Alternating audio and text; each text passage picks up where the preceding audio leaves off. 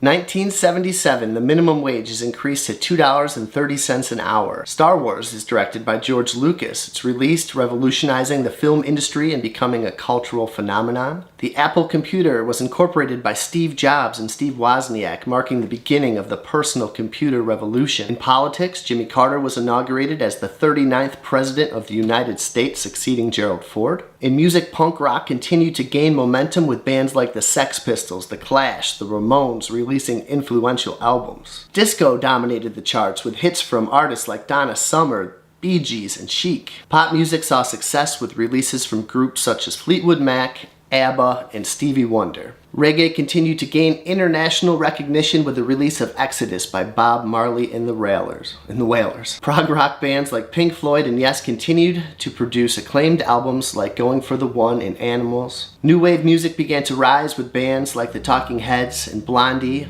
emerging on the scene. And our boy Billy Joel was about to go into the studio in New York City to record his 5th LP, an album that would make or break his recording career. Hi, I'm Jay. I want to find out more about these sacred artifacts, and these are my vinyl friends.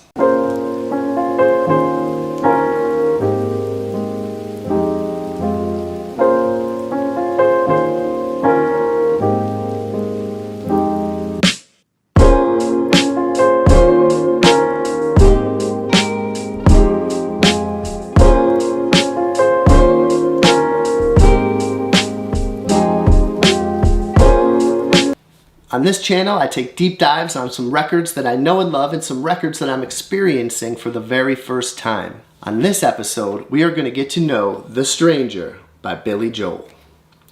Released September 29th, 1977, recorded in a short period of time from July to August 1977, recorded at A&R Studios in New York City, a company that produced artists that include Paul Simon, Burt Bacharach, Dionne Warwick, Gloria Estefan, Barry Manilow, Petula Clark, Katie Lang, and many more. This great album runs 42 minutes and 34 seconds. Released by the legendary Columbia Records, which was founded all the way back on January 15th, 1889. Produced by Phil Ramone, who has produced a legion of legends, including earning a Grammy for his production on 1975, Still Crazy After All These Years by Paul Simon. Engineered by Jim Boyer, who also recorded and mixed Billy Joel's 52nd Street. Personnel on the album, we got Billy Joel, acoustic piano, vocals, electric keyboards, and synths. Doug Stegmeyer on bass.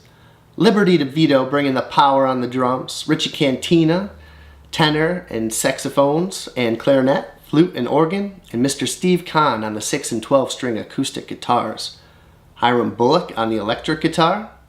And orchestration by Patrick Williams. Check out my copy of the album right here. The front cover photo was by Jim Houghton. The mask on the front that you can see right here is meant to symbolize concealing one's identity. When we wear it, we are the stranger. The photograph on the back cover features Joel, Ramone with the Yankee shirt on, and each of the band members taken at the Supreme Macaroni Company. It's hard to believe that after 4 albums, which are Cold Spring Harbor, Piano Man, Street Life Serenade, and Turnstiles, Billy Joel, who's now making $3 million a concert at MSG, needed a successful, big-selling album to save his career. Spoiler alert, after 5 monster singles and one of the best-selling albums of all time, it did the trick. But let's find out how it went down. Before Billy dropped The Stranger, he was on the verge of being dropped himself by Columbia Records. After the success of Joel's second album, Piano Man, his subsequent albums were commercially disappointing. Billy Joel, who usually worked with session players for his studio albums, this time turned to his touring band. He felt this touring band right here brought a rough around the edges feel and a much higher energy that he wanted to capture on his records. Joel disliked the polished sound that the touring musicians brought to his previous albums. Joel was looking for a new producer. He was moving away from veteran producer Jim Grucero, best known for producing Chicago's first 11 albums. Grucero also produced the early work of the Buckinghams and Blood, Sweat, and Tears. Being a big fan of the Beatles, he looked to the legendary producer George Martin. Other than the Beatles, George Martin produced America, Celia Black, Jeff Beck, and of course, Jerry and the Pacemakers. Martin expressed interest in producing The Stranger, but did not want to record with Joel's band. Pete Best, anybody? These producers are tough on the first 2 episodes of this channel here, Vinyl Friends. Shel Tammy didn't want Mickey Avery to be drumming for the Kinks, and Martin didn't want Joel's whole band. But Joel was adamant on recording with the touring band and declined Martin's offer. Joel stated, "I have to use my band. I'm sorry, but that has a lot to do with my sound. It has a lot to do with the songs. I write the songs to the band. We have this chemistry, we have this interaction, and I'm going to use my band." Martin would later apologize to Joel and tell Billy that he was right. Ultimately, Billy turned to the legendary Phil Ramone, a South African-born American recording engineer, record producer, violinist, and composer who founded A&R Recording. Among the performers whose music Ramone produced are the band Bono, Ray Charles, Bob Dylan, Paul McCartney, Paul Simon, Frank Sinatra, Rod Stewart, Stevie Wonder, and many, many more. According to Joel, he and Ramone met with each other at the Fontina di Trevi, an Italian restaurant that would inspire the song Scenes from an Italian Restaurant. Joel said the recording session from The Stranger were a blast to be a part of. Tracks. Side 1, Track 1. Moving Out, Anthony's song. 2 words. Heart attack, killing yourself. For what? Anthony's song was a number 17 chart hit that details the singer's disgust with the upwardly bourgeoisie aspirations of working and lower class of New York who took pride in working long hours so they could afford outward signs of having made it. Big houses, luxury goods, high-end clothes, boats, vehicles. The characters in the song have blue-collar jobs, and Joel considers rejecting their working-collar roots as futile. Trading in a Chevy for a Cadillac, a house out in Hackensack. Is that all you get for your money? The car starting up and driving away at the end of Anthony's song is the bass player's Doug Stegmeyer's 1960s Corvette. Joel has said Anthony's song is not real, but rather every Irish, Polish, and Italian kid trying to make a living in the US. In 2014, Joel stated in an interview that I see people wasting their lives, not putting their talent to their purpose, to have stuff, to get a Cadillac, and then your mind says you're good, but you can't drive with a broken back, but at least you can polish the fenders. Initially, the song's melody was identical to Laughter in the Rain by Neil Sedaka. The whole band laughed, the whole band picked on him, then Billy Joel had to go back in and make the melody more rock. Side 1, Track 2, The Stranger, a 5-minute funk rocker. The title track to the album, according to Joel, was written by him without any core themes in mind and could be up to interpretation. But he stated that it could be about schizophrenia.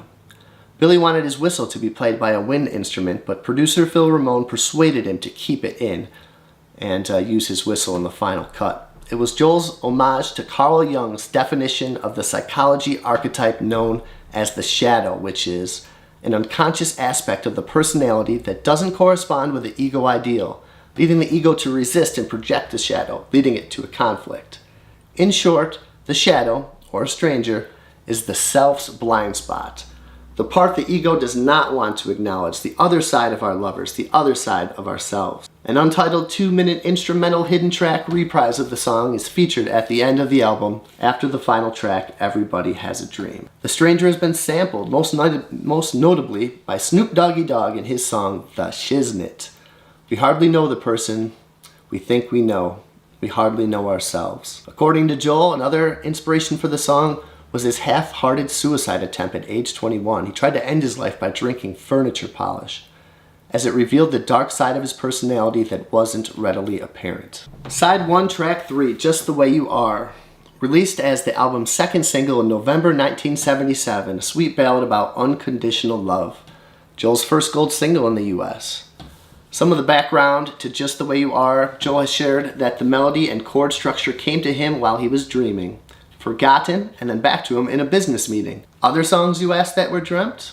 Yesterday by the Beatles, I Can't Get No Satisfaction by Keith, Let It Be by the Beatles and Queen's The Prophet Song, and Jimi Hendrix's Purple Haze, amongst others. Joel has stated that the inspiration for the writing the name of the song and how it sounds, the chorus, is directly taken from last in the Frankie verses.